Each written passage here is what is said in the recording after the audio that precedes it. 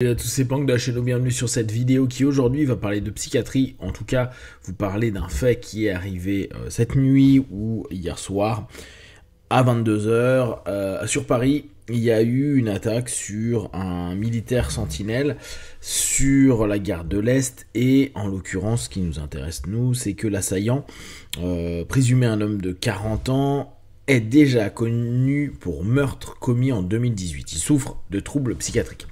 C'est là où je pense qu'on a quelque chose qui est assez problématique et nous en avions déjà débattu, parlé un petit peu il y a quelques mois sur le fait que la psychiatrie actuelle n'arrive pas du tout à avoir suffisamment de place créée pour aider les personnes qui sont en difficulté. Pensez bien, être dans un hôpital psychiatrique, c'est quelque chose de très dur.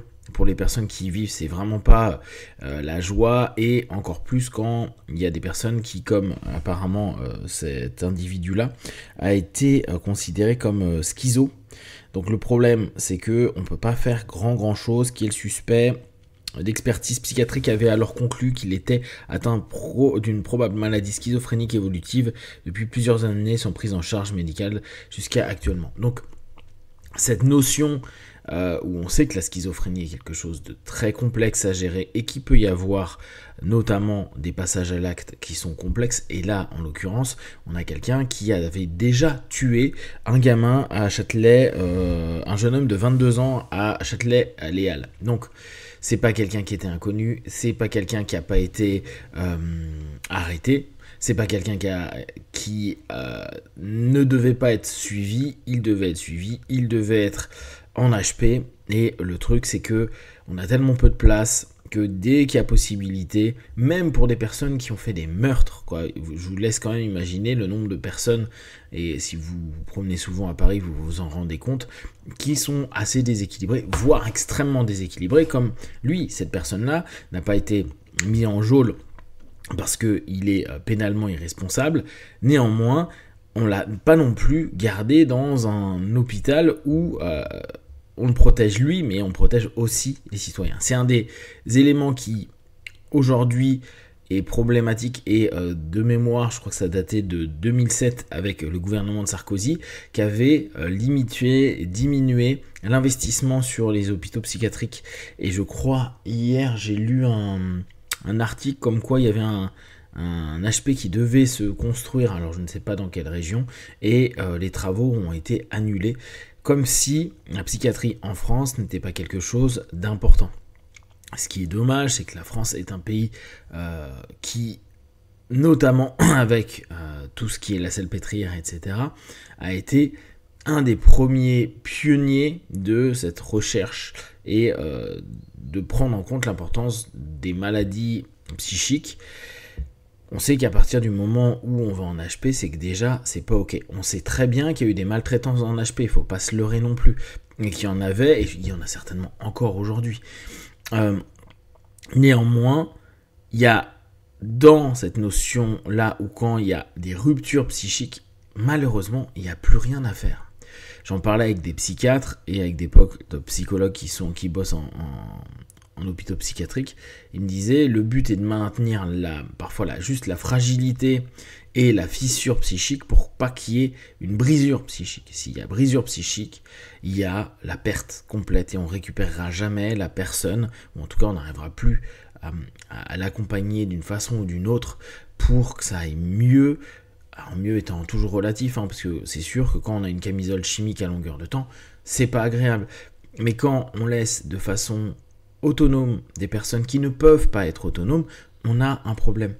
Nous, à notre tout petit niveau d'accompagnant avec l'hypnothérapie, avec l'hypnose, on se rend bien compte que même des personnes qui ont des petites problématiques, je vous parle même pas de grosses pathologies, on voit à quel point ça peut les toucher, les blesser, les faire louper des étapes de vie, des éléments importants, parce que ils sont dans des troubles, ils sont pas à l'aise, ils sont pas bien. Ils peuvent parfois détruire leur famille, ils peuvent parfois détruire leur système professionnel, ils peuvent se détruire eux-mêmes, etc. On s'en rend compte, et ce n'est pas encore des maladies qui sont orientées orientable vers de la psychiatrie. On est sur des petites choses, des troubles du quotidien, des mal-être et des malaises de monsieur, madame, tout le monde. On se rend bien compte qu'avec aujourd'hui en plus notre société assez rapide, saturante, et avec un ensemble de conjonctures, on a une fragilité psychique qui est de plus en plus marquée dans nos sociétés et qu'il y a de la souffrance. Si on n'a pas malheureusement des lieux où les personnes peuvent éventuellement aller décompenser, si on n'a pas des lieux où on a des professionnels qui peuvent écouter, les aider, on va galérer. Et c'est pour ça, et je reprends ce que je vous disais au départ, il y a plein de personnes pas bien et potentiellement dangereuses pour eux et pour les autres qui traînent dans les rues, on le sait. Et j'avais même entendu là encore de personnes qui bossent en HP qui me disaient que on voulait pas que les personnes qui semblent folles, qui semblent malades tout simplement, soient visibles pendant les JO. Donc il y a des circulaires qui passaient pour que les HP deviennent une espèce de lieu d'enfermement, ce qui est déjà à la base souvent le cas, mais pour les personnes que l'on estime non équilibrées sur la voie publique. On voit bien qu'il y a quelque chose qui est problématique. On ne peut pas juger certaines personnes parce qu'elles sont en incapacité, c'est-à-dire qu'elles ne peuvent pas être considérées comme responsables, et en même temps, on ne veut pas les voir dans la rue, mais on ne veut pas créer, construire, investir dans de la psychiatrie pour potentiellement, oui, les garder. Oui, ils ne vivront pas une belle vie, malheureusement, comme je vous disais, quand il y a fracture psychique, il y a peu de choses à faire. Et malheureusement, on sait très bien qu'il y a eu dans les HP, jusque je crois dans les années 60 ou 70, des lobotomies ou des choses comme ça qui ont été faites. Il y a eu aussi tout le travail avec les chocs. Alors choc, je crois que ça continue, mais le travail s'est travaillé un peu, c'est un peu transformé. On a un vrai problème sur la psychiatrie, on a un vrai problème sur les maladies psychiques en France. Nous, en tant qu'accompagnants, on tente avec l'hypnose de permettre à des personnes de pas se fissurer déjà, parce que je pense qu'à partir du moment où les personnes sont déjà fissurées, il est important que ce soit vraiment des psychiatres, des psychologues qui les gèrent. Nous, on a des personnes qui sont troublées, on a des personnes qui sont pas bien, mais on n'a pas des cas qui sont extrêmes où malheureusement aujourd'hui on ne trouve quasiment que de la chimie pour les aider. Et je reviens, ça me permet de rebondir sur attention aux légendes de nos mondes. Je pense à Bendler, je pense à Grinder et je pense à tous ces hypnos qui disent « Oui, mais moi j'ai aidé des personnes dans des hôpitaux psychiatriques. » Il est possible que des séances d'hypnose, des séances de transe orientées apportent du bien, mais sur des personnes qui ont réellement une grosse fissure, voire une fracture psychique, c'est pas nos outils qui permettront quoi que ce soit. Et on en arrive à la chimie, on en arrive à d'autres expériences, et je parle vraiment d'expériences, pour tenter de faire en sorte de maintenir, parfois juste maintenir un état pour pas que ça se dégrade encore davantage, ou pour juste enfermer physiquement, psychiquement, pour pas que ça mette en danger, pour pas qu'il y ait des meurtres, pour pas qu'il y ait des blessures, pour pas qu'il y ait des agressions, pour pas qu'il y ait des choses comme ça.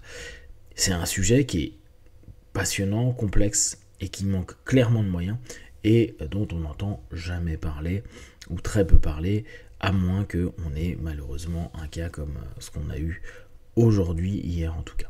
Si vous avez des questions, des remarques, si vous connaissez un petit peu ce monde des HP, bien sûr, je ne le mets pas du tout en... C'est génial, je le mets vraiment à... C'est quelque chose dont on a besoin dans notre société et il est important qu'il y ait des investissements dessus. N'hésitez pas à partager sur Facebook, YouTube, j'y répondrai le plus rapidement possible et comme d'habitude de tout ce que je propose, ne prenez que ce qui est bon et juste pour vous tester, observer, analyser et conclure. Be one, ciao.